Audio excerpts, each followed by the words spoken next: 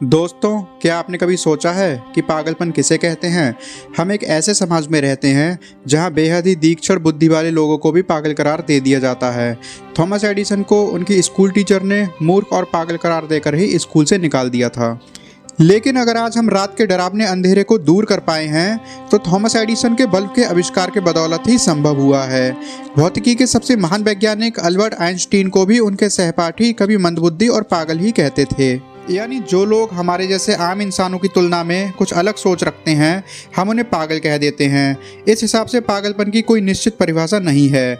मैं आपकी नज़र में और आप मेरी नज़र में पागल हो सकते हैं, लेकिन अगर एक पागलपन की सही परिभाषा बनाई जाए तो मेरे हिसाब से वह व्यक्ति पागल है जो समाज को या खुद को नुकसान पहुंचाने की कोशिश करता है। अब ऐसे व्यक्ति को समाज से अलग करने की और अच्छी देखरेख करने की आवश्यकता होती है, इसलिए ऐसे लोगों के लिए अलग जगह बनाई जाती है। इन जगह को ही व्यवहारिक भाषा में पागलखाना कह दिया जाता है। दोस्तों, आमतौर पर पागल हो चुके व्यक्ति की दोबारा ठीक हो जाने की संभावना बेहद ही कम होती है। जन्मजात पागलपन वाले लोगों का सामान्य हो जाना तकरीबन नामुमकिन ही होता है। आपने अक्सर कई फिल्मों में देखा होगा कि कैसे एक अच्छे माहौल में बेहतरीन डॉक्टर्स की देखरेख में पागलपन के शिकार व्यक्तियों का इलाज किया जाता है, परंतु पागलखानों का इलाज फिल्मों में दिखाए जाने वाले इस इलाज की तुलना में पूरी तरह से अलग होता है। यहाँ भर्ती हुए लोगों को भारी जंजीरों से बांधा जाता है।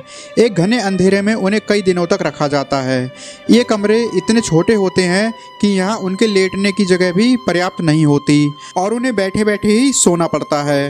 हफ्ते भर के लिए सूरज और ताज़ी हवा भी नहीं मिलती और खाना भी बस जीने लायक ही मिलता है। ऐसा इसलिए किया जाता है ताकि पागलखाने के प्रशासन के प्रति यहाँ भर्ती हुए लोगों के भीतर एक डर बैठ जाए और वो लोग यहाँ के प्रशासन के किसी भी आदेश की अवहेलना ना कर पाएं। दोस्तों, वास्तव में डर एक ऐसी भावना है जिसके दम पर किसी भी इंसान को काबू किया जाता है, भले ही वो इंसान होशियार हो या पागल। तो चलिए दोस्तों, ये वीडियो में हम पागलखानों में भर्ती किसी भी मरीज की जिंदगी और इलाज के बारे में बात करते हैं। नमस्कार दोस्तों, मैं हूं आपका दोस्त अनमोल गुप्ता और एक बार फिर आपका बहुत बहुत स्वागत है आपके अपने YouTube चैनल फैक्ट्स वर्ल्ड में। दोस्तों, हमारे इतिहास में लोगों के द्वारा अपने आप को स्वस्थ रखने के लिए कई अजीबोगरीब इलाजों का उल्लेख है।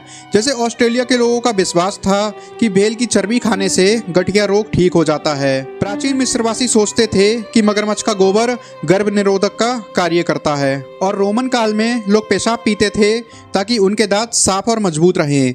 जैसे जैसे शारीरिक बीमारियों का इलाज ढूंढा जाने लगा, वैसे वैसे दिमागी बीमारियों का भी इलाज खोजा जाने लगा। इस बात को माना गया कि दिमाग का इलाज शारीरिक इलाज से अलग किया जाना चाहिए, जिस वजह से विश्व का पहला पागलखाना 1407 में स्पेन के वेलेंसिया में बनाया गया। लेकिन ये पागलखाना एक तरीके से जेल ही था, जहाँ किसी प्रकार का कोई इलाज नहीं होता था। सिर्फ पागल लोगों को कैद करके ही रखा जाता था ताकि वो समाज को कोई भी नुकसान न पहुंचा सकें। सही मायनों में 18वीं शताब्दी के बाद ही दिमागी इलाज की शुरुआत हुई। उस समय के मनोवैज्ञानिक अध्ययन को 3 भागों में बांटा गया था: फ्रेनोलॉजी, साइकोफिजिक्स और मोरल थेरेपी। फ्रेनोलॉजी यानी मस्तिष्क विज्ञान के अनुसार हम किसी इंसान की दिमागी बनावट या उभारों के आधार पर उस इंसान के व्यक्तित्व के बारे में जान सकते हैं। इस विज्ञान को मानने वालों का कहना है कि दिमाग भी अन्य मांसपेशियों की तरह ही एक मांसपेशी है, इसलिए दिमाग को भी कसरत की आवश्यकता होती है। और आप दिमाग पर जितना ज़्यादा जोर डालेंगे, जितना ज़्यादा सीखने की समझने की कोशिश करेंगे, दिमाग उतना ही ज़्यादा विकसित होगा। साइकोफिजिक्स के अध्ययन से हम इस संसार और दिमाग की स्थिति के संबंधों को जानने की कोशिश करते हैं। जैसे कोई इंसान बच्चों के साथ खेलते हुए कैसा महसूस करता है या किसी प्रकार की गतिविधियों से उसे खुशी और शांति मिलती है। वास्तव में अपने आसपास घट रही हर घटनाओं के प्रति इंसान का व्यवहार एक जैसा नहीं होता। उदाहरण के लिए, किसी इंसान को पुराने क्लासिक गाने बेहद पसंद होते हैं, जबकि किसी अन्य इंसान को पुराने गाने सुनने से गुस्सा आ जाता है, क्योंकि उन्हें आधुनिक कान फोड़ू धमाकेदार संगीत ज़्यादा पसंद होता है।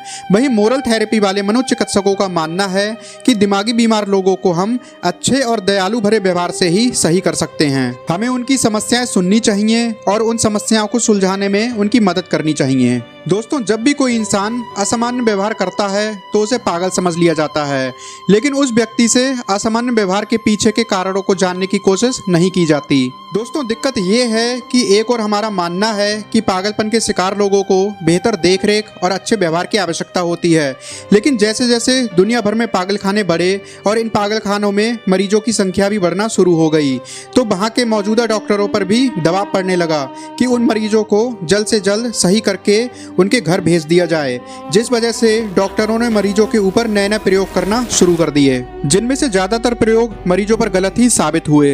अब चूंकि इन मरीजों को समाज और इनके परिवार वालों ने पहले ही पागल मान रखा था, इसलिए इनके साथ आसानी से मनचाहे भयानक प्रयोग किए जा सकते थे। अगर ये मरीज विरोध करें तो इनके विरोध को या इनकी बातों को कोई भी सुनने वाला नहीं होता, क्योंकि पागलों की बातों पर आखिर कौन विश्वास करे। ना ही इन बेचारों की बातों को सही माना जाता है और ना ही सच। लगातार पागलों के बीच रह रहे पागलखानों के डॉक्टरों का स्वभाव भी बेहद गुस्से और चिड़चिड़ाहट से भर जाता है, जिसका खामियाजा बेचारे मरीजों को ही भुगतना पड़ता है। इंग्लैंड के एक डॉक्टर इरास्मस डोरबिन ने एक घूमने वाली कुर्सी बनाई।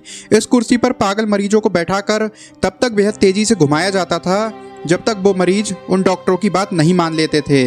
इस थेरेपी के बारे में डॉक्टरों का कहना था कि कुर्सी पर बैठाकर तेजी से घुमाने से मरीजों को दिमागी रूप से बेहद शांति मिलती है, लेकिन वास्तव में ये प्रयोग सिर्फ मरीजों को डराने और अपनी बात मनवाने के लिए किया जाता था।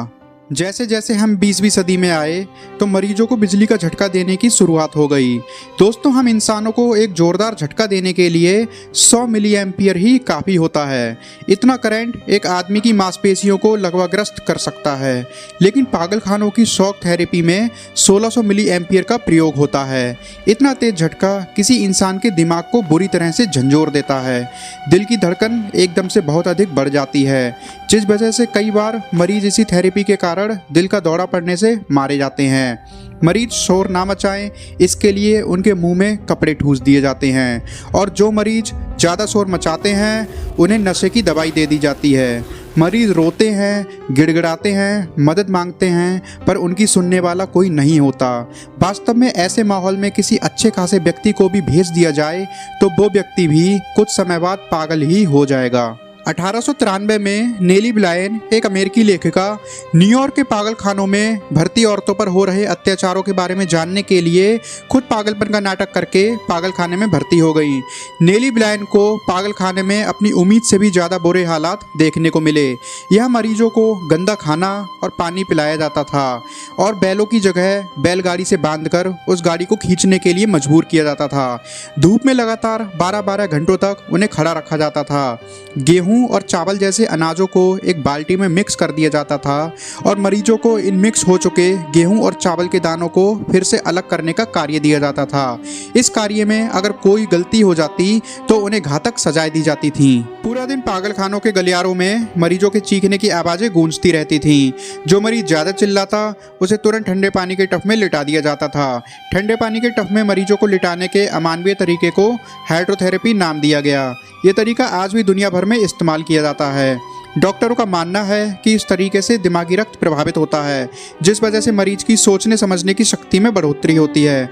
सबसे बड़ी बात जो नेली ब्लायन को पता चली वो ये थी कि ज़्यादातर मरीजों के हालात पागलखाने में भर्ती होने के बाद और भी ज़्यादा खराब हो रहे थे। दोस्तों, बीते वक्त के साथ सख्त कानूनों के कारण ही पागलखाने में भर्ती लोगों के साथ होते दुर्व्यवहार में कमी जरूर आई, किंतु आज भी पागलखाने एक इलाज की जगह की बजाय जेल का ही रूप बने हुए हैं। दोस्तों, कुछ लोग जिन्हें खाने से छुट्टी मिल जाती है, अक्सर देखा गया है कि वो लोग बाहरी दुनिया में संतुलन नहीं बना पाते और सामाजिक रूप से इतने कट जाते हैं कि कुछ दिनों में वापस पागलखाने में ही भर्ती हो जाते हैं। दोस्तों, दुनिया भर से ऐसी खबरें भी सुनने को मिलती रही हैं कि जब किसी नई वैक्सीन या टीके की खोज होती है तो इंसानों पर उन टीकों का प्रयोग पागलखाने में भर्ती लोगों पर सबसे पहले किया जाता है। उसके बाद ही उन टीकों को सामान्य जन के लिए प्रयोग की अनुमति मिलती है। इन टीकों के असफल हो जाने के कारण कई बार पागलखाने के मरीजों की मौत भी हो जाती है। दोस्तों, वास्तव में एक पागल हो चुके इंसान का महत्व न उसके परिवार की नज़र में कुछ रह जाता है और ना ही समाज की नज़र में। परिवार वाले खुद तंग आकर इन मरीजों को पागलखाने में भेजकर राहत की सांस लेते हैं और समाज में तो ऐसे लोगों की कोई जगह या महत्व ही नहीं है। शायद ही कभी इन महत्वहीन लोगों के हालात सुधर पाएं और इन्हें सही तरीके की देखरेख या इलाज मिल पाए। अभी जिस वक्त आप ये वीडियो देख रहे हैं, इस वक्त भी ये बेरहम दुनिया इन महत्वहीन लोगों पर तरह तरह के जुल्म कर रही होगी। दोस्तों, आपको हमारा ये वीडियो कैसा लगा? अपनी राय हमें कमेंट करके बताएं। वीडियो को लाइक करें, दोस्तों के साथ शेयर करें और हाँ, हमारे चैनल को सब्सक्राइब करना बिल्कुल भी ना भूलें। मिलता हूँ मैं आपसे अपनी अगली वीडियो में, तब तक के लिए जय हिंद।